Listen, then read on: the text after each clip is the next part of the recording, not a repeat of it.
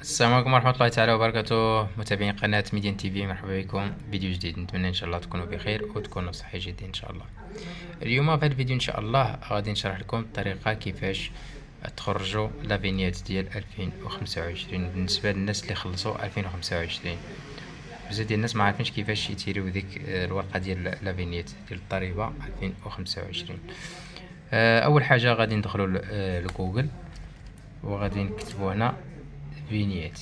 هيا فينيات، غادي ندخلوا لهذا الموقع، هو اللي غادي يطلع لنا هو الاول. هو ما عرفتش كيبان لكم مزيان، هو هذا فينيات كيطلع هو الاول في الريشيرش. كنكليكيو عليه،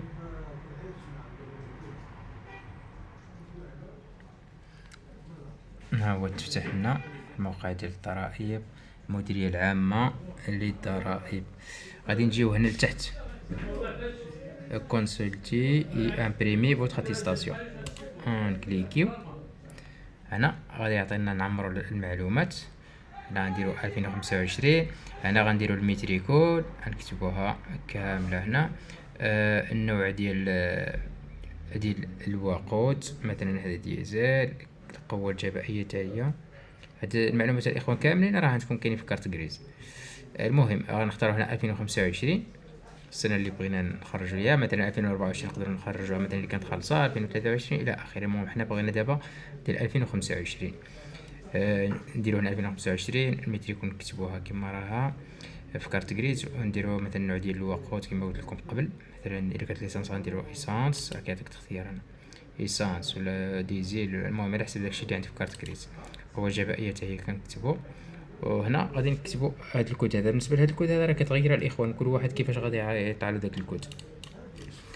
غادي نكتبوه مثلا هذا فيه هنا ار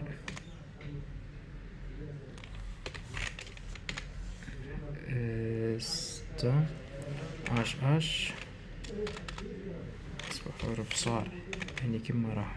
الا كتبتي حروف كبار ما غاديش يطلع مينيسكيل. نديرو هنا ريشيرش.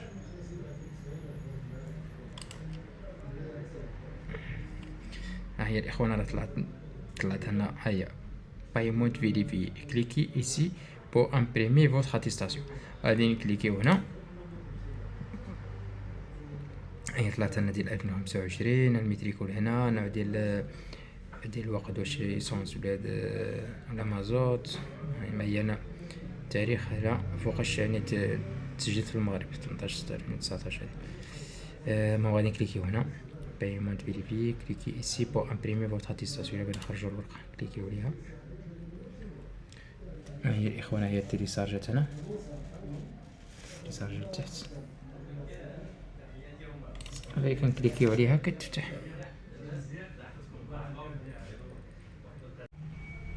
المهم هذه هي الاخوان الشهاده ديالنا، هي شهاده اداء الضريبه الخصوصيه السنويه على مركبات سنه 2025.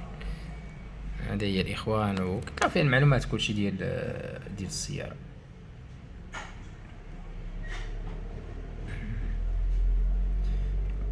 وهادشي اللي كان الاخوان في هذا الفيديو. نتمنى ان شاء الله تكونوا استفدتوا. الى عجبكم الفيديو ما تنساوش ديروا لايك الفيديو وتشاركوه مع الناس اللي محتاجين هذا الفيديو.